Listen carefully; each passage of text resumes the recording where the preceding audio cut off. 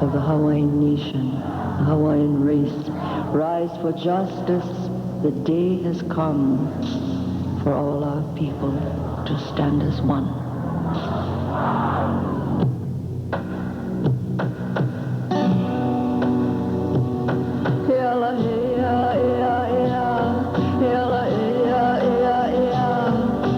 We the voices behind the face of the Hawaiian nation, the Hawaiian race. Rise for justice, the day has come for all our people to stand as one. These are but a handful of the warriors whose contributions have served to promote the dignity and prosperity of the Hawaiian nation. What is the common motivation that drives our modern-day warriors? What is the source of our convictions?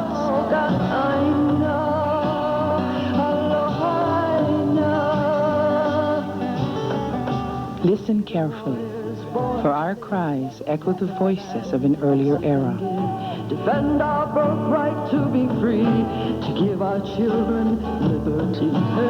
Look closely, and we may soon discover that we are who we were. Gone the days of the Alami way. Power of the people is the people. Oka piko ke oka aina.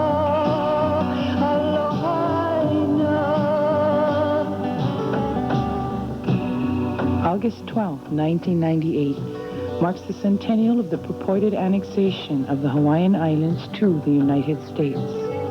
To truly appreciate the significance of this day, we must understand what transpired over 100 years ago. Okeaui hala kalamakuru okeala iki kupu. The past is the beacon that will guide us into the future.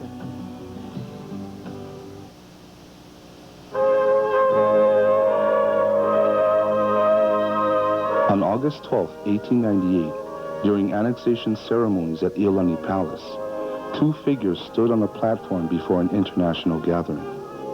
Sanford B. Dole and U.S. Minister Harold Sewell exchanged treaty ratifications annexing the Hawaiian Islands to the United States, or so it appeared. But was it really a treaty of annexation? And did Hawaii really become a territory of the United States? What is a treaty? A treaty, in its simplest terms, is a contract or agreement between two nations. Under international law and practice, a simple three-step process is all that is required for a treaty to be legal and binding. First, a representative from the executive branch of both governments sign and consent to a written agreement. This signed agreement is then submitted to the two respective countries for ratification or approval. In the United States, that approval is based on a 2/3 vote of the Senate. With both countries having consented to the terms and conditions of the agreement, all that remains to consummate the treaty is for both countries to exchange copies of the ratified agreement. That agreement, under international law, is now considered a bona fide and legally binding contract or treaty. In 1849, a treaty of friendship, commerce, and navigation between the United States of America and His Majesty Kamehameha III had been concluded and signed at Washington. Ratification by both countries were exchanged in Honolulu on August 24, 1850, and the treaty was enforced from that date for the term of 10 years and further, until either party gave notice to the other of its intention to terminate. By the late 1800s, the Hawaiian Kingdom enjoyed the distinction of being a member of the family of nations, having entered into treaties with 20 foreign powers.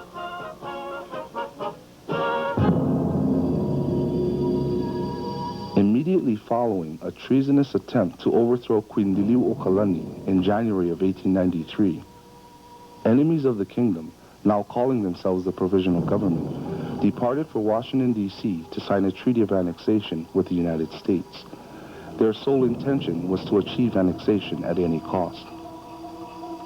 However, before the United States Senate could ratify the proposed treaty, newly elected President Grover Cleveland, confronted with the facts of the overthrow, withdrew the treaty from further consideration and vowed never to allow the Treaty of Annexation to be resubmitted. Having failed at this first attempt to obtain a treaty of annexation with the United States,